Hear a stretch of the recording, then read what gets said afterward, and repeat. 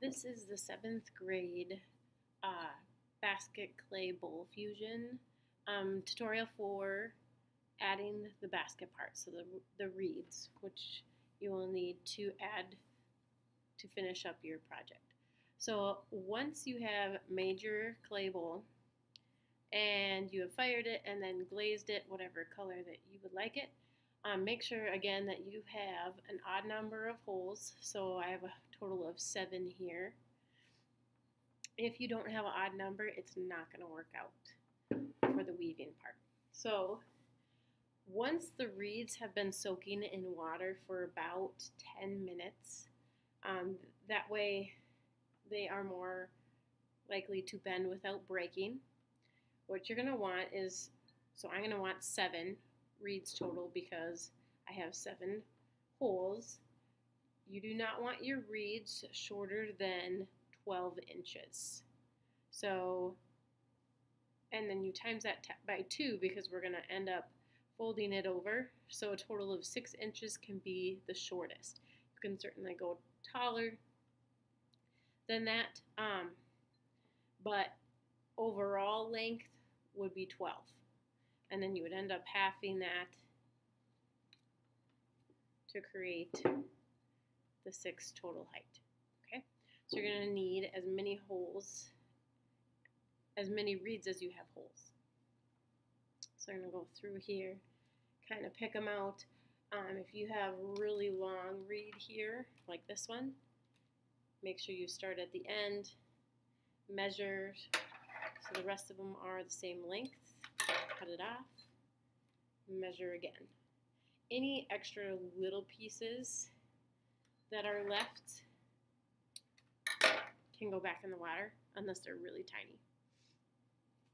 All right, so let's do this again here. So I need a total of 7. I want them all to be the same length.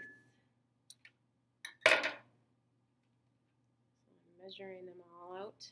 And you want to do this right away. It's easier to measure them all out when they aren't together in your bowl, already sewed on.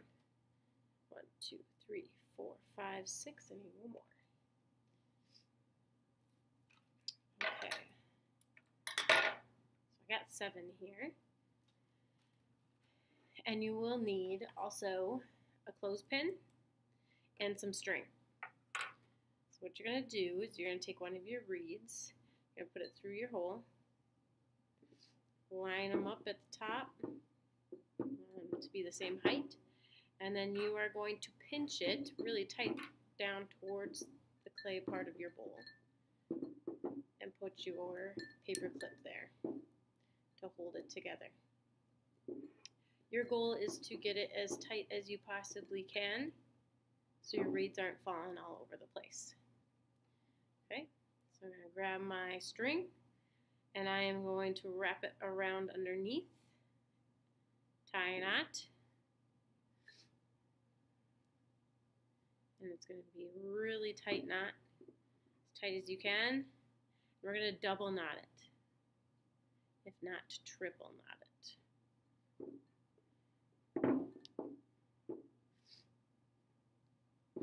Alright, make sure it's nice and tight. You can take off your clothespin, cut off the extra. I would leave a little extra string at the ends. If you cut too close to your knot, it'll more than likely end up coming untied on you, and that would be very frustrating. We're also going to tie the top ends together as well.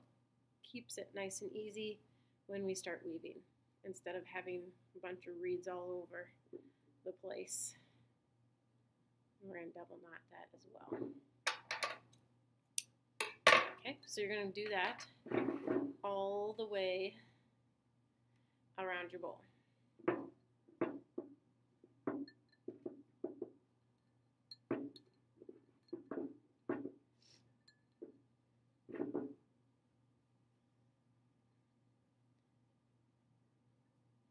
And your goal is to make sure that your reeds stand up nice and tall and straight on their own. Makes weaving lots easier.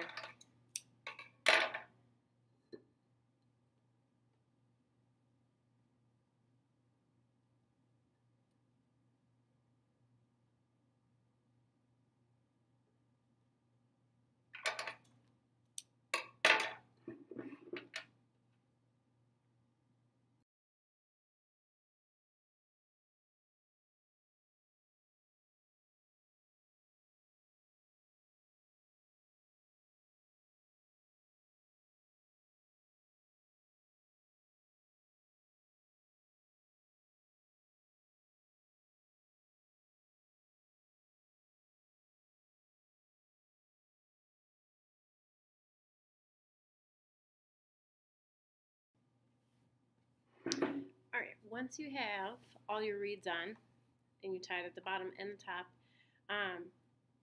if you don't end up having time in that one whole class period to finish all of them, what I would suggest doing is grouping your reeds together and tying them together with a string that you will remember that are yours and they're going to need to be put back in the water.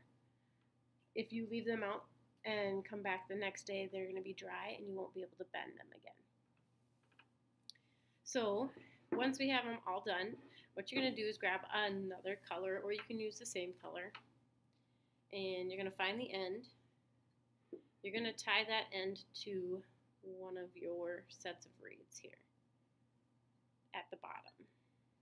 We're going to double knot it. Okay. Then from here is just like you would normally weave, so over, under, over, under. So right now I'm going to pretend that I went over this reed, the one that I tied to, so I'm going to go under the next one. Over, under, over, under, over.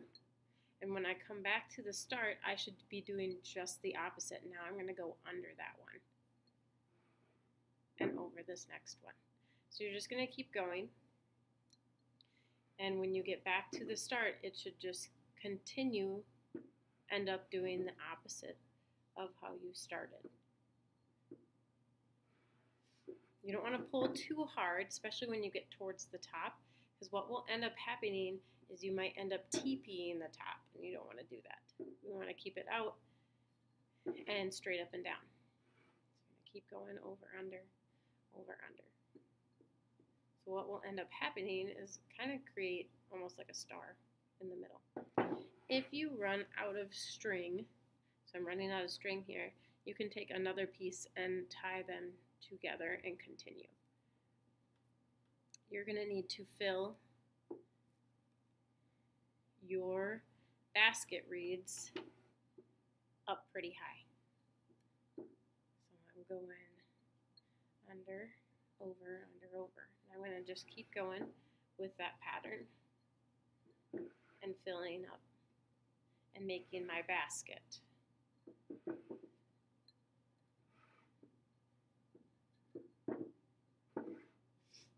So you're creating layers of your basket, and you're just going to keep going. As you get a first few layers on, it gets super easy, goes pretty fast, especially once you get the hang of it. I'm going to add some more here. You are more than welcome to also change colors as you go. You don't have to stick with the same color.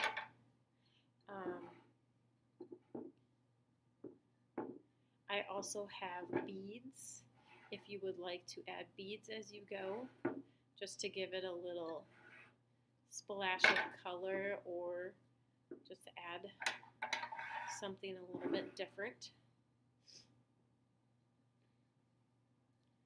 to your basket. So you're just going to keep going, keep going. You can certainly stop with a color. So once I run out of color here, what I'm going to do, I'm going to stop. I have extra here to tie it off. You're going to take from where you ended up stopping around that reed, and you're going to tie a knot there to that reed. So you're going to make that loop, pull it tight, make another loop from that extra string here, close the loop, and tie it tight. Then I can cut off that extra. I can change colors. So now I could go to blue. And I could leave a little bit of space here. So from my green, I could go up a little bit farther if I wanted a gap in my basket. So I'm tying it to one reed. I'm going to say this is over, so my next one is going to be under, over, under, and I'm going to keep going again, over, under. When I get back to the first one, I'm going to be doing just the opposite. Over, under, and creating that star shape again. Don't forget, you don't want to pull too tight because then you're going to end up bringing your reeds in, and you don't want that. Over, under, over, under. The more holes you have, so if you have more than 7, the less star shape you will get. The star shape you will get in the inside. So you won't have as much space between your holes. So then I could just keep going and have gaps in there of color if I wanted to. I could continue all the way up and have one solid basket of string. That is up to you. However, you can't stop here. You definitely need more than that. I would say you need at least half of your reeds filled with your yarn in order for you to get full credit. Okay?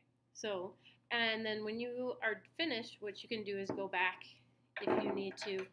If some of these are a little bit too long, you can trim them off with your scissors, and then you can turn it in when you're done. So that's the basket part of the clay bowl fusion for 7th grade.